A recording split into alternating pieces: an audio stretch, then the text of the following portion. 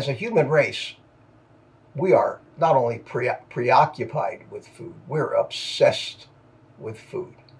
Nothing that we do doesn't have a tie to what we're going to be eating while we're doing it.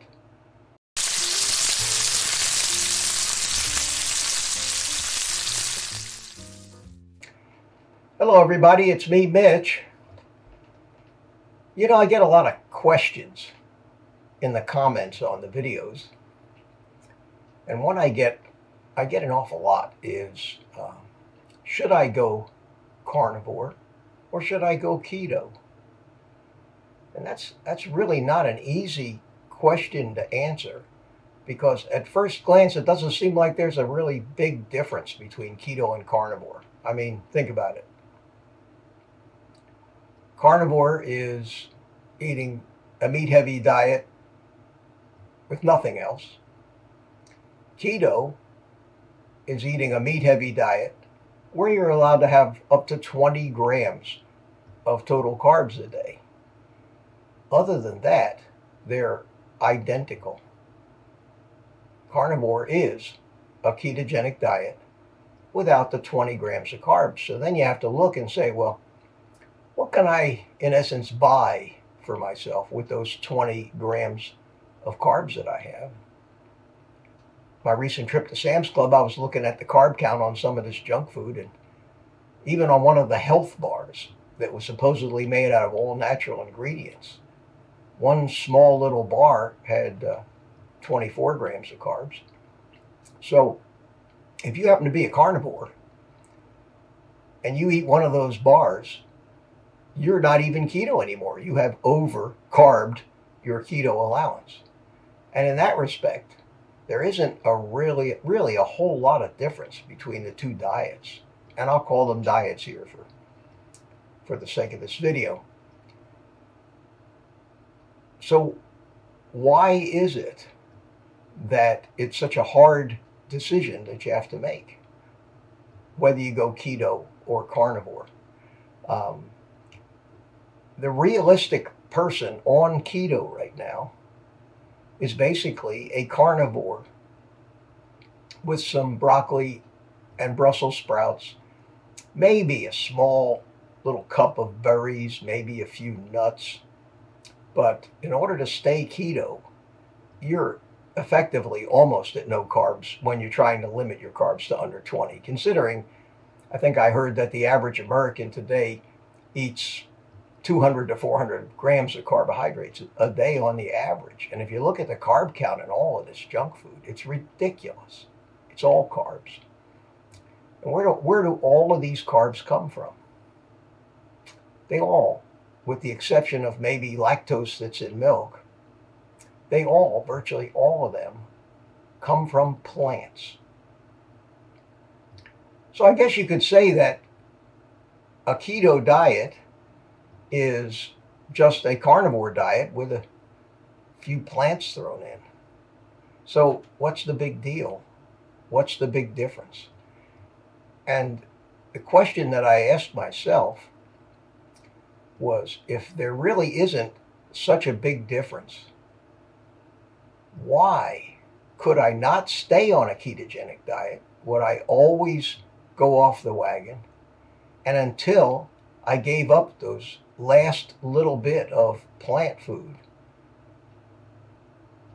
did it take until then for these really miraculous changes that have happened to every aspect of my health and my psychology and my thinking and my habits? And I've talked about them in some other videos up to now, but I want to keep talking about that, because there is a profound difference in everything about you after you've been on a carnivore lifestyle for a reasonable length of time. And for me, it was after 6 months that I noticed that all of these other changes started to happen. And the most prolific, the most profound of those changes was the absolute absence of cravings. Basically, this diet has virtually eliminated my cravings. And no low carb diet, no ketogenic diet, no any diet that I've been on over the past 50 years has ever done that until I completely eliminated everything but meat and animal products. No carbs, and I think even more importantly, no plants. Because I think we hear a lot about plants are trying to kill you, Anthony Chaffee's, his theme. We hear lecture after lecture on the hundreds, if not thousands, of different toxic chemicals that are in plants, the sugar and the carbs that are in plants, the fiber that's in plants. And after what happened to me this past year, I am firmly convinced that those things, none of them, have any place in our body, and they have no place in our biochemistry doing its job. Doesn't need them. They just are destructive. So from that point of view, I think carnivore would be the way to go. But there's another factor to consider, and that is cravings and habits, our lifestyle in general. And I think if you look around, you'll notice that we live in a food-centric world. As a human race, we are not only preoccupied with food, we're obsessed with food. Nothing that we do doesn't have a tie to what we're going to be eating while we're doing it. I mean, you go to a football game. Well, first we start with the tailgate party. Then when we get into the bleachers, we have our supply of beer and crunchies and munchies to eat. And if you had tickets for a football game and somebody said, well, we're going to go to the game, but there's going to be no food there, you'd be shocked, and you'd say, well, why do we even want to go if there's going to be no food? Every aspect of our social lives revolves around food, and food has become one of the major sources of pleasure for human beings. And one of the other things that I noticed is that when you think about the word variety, that's another thing we seem to be obsessed with. We get bored with food. If you told the average person, here's what you're going to eat. You're going to eat bacon, eggs, and steak every day, and that's it, and that's all you can have. They would be horrified at the thought of what they would be missing out on.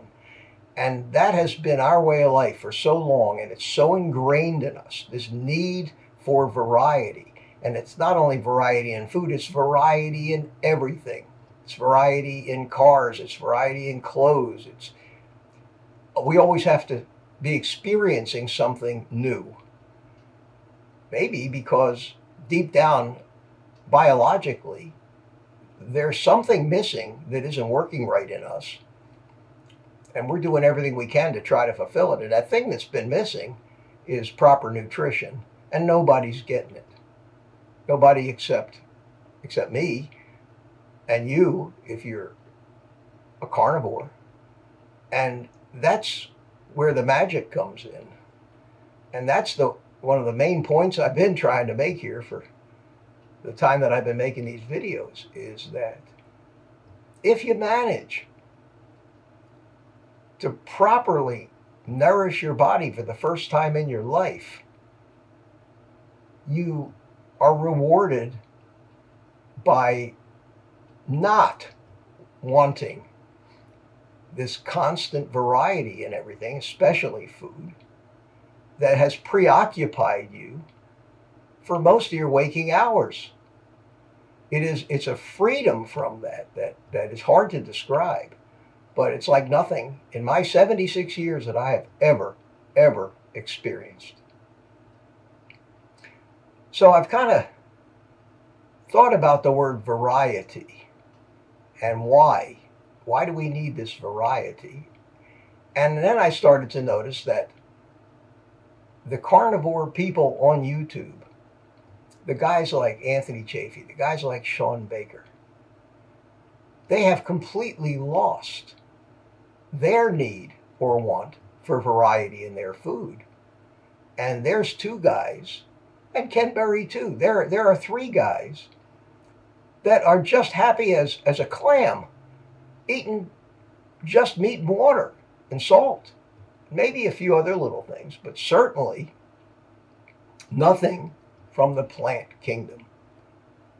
So they're being rewarded because they have returned their machine, their organic living machine, to its optimal performance state by giving it everything it needs. They have completely eliminated consuming anything that disrupts that proper nutritional state and the biochemistry of our body. And in that respect, when you say, what should I do, keto or carnivore, you have to say to yourself, as long as I still have that variety mindset, and I think that I would not have a fulfilling life and enough excitement in my life because I couldn't eat that large variety of foods that is so important to me and everybody else, I can't do carnivore. I have to do keto. And once you make that decision, then you fall down the rabbit hole of keto, and that is trying to discover substitute foods for those real foods you're addicted to. We've talked about that. You try to make these things. You're always searching for that new recipe to make keto bread or keto mashed potatoes or pizza crust or something like that. And you never really feel satisfied because you're, and I've explained this before, you're giving your body something that's fake and your body knows it. And the cravings don't go away. And the need for the variety and the excitement that that variety has brought you all your life does not go away. The basic difference between keto and carnivore is a few green vegetables, a handful of berries, a little bit of nuts. That's the difference. That's the actual difference. The real difference is so profoundly psychological that until you give up the plants and you give up the poison and you allow your body to be nourished for the first time in your life with the real food that we evolved on, you have 100 times greater chance of failing and succumbing to the cravings. And I never would have believed that or even theorized that until I did it a year ago. And now when I sit here, it's so obvious how and why it happened. It's just hard to explain. So that's my answer. Keto is okay, but it doesn't allow your body to let go of all of humanity's habits that have gotten us into this health mess that we're in. And you ask any carnivore who's been strict for over 6 months or a year or 2 years or 10 years, if they ever miss all that crap they used to eat, and they will tell you, I don't know why I miss it, but I just not interested in that stuff anymore. It has no appeal to me. My body doesn't want it. And that's my answer. And that's why I will be a carnivore for the rest of my life and not a food slave like most people are. I hope that was understandable. and that you enjoyed it and may be meaningful to you. And we all have to discover these things for ourselves. But again, I'm here to talk about what happened to me and try to explain why I think it happened, and that's what I'm doing. So with that, I will say, you know what I'm going to say. Take the rest of the day off. Eat meat.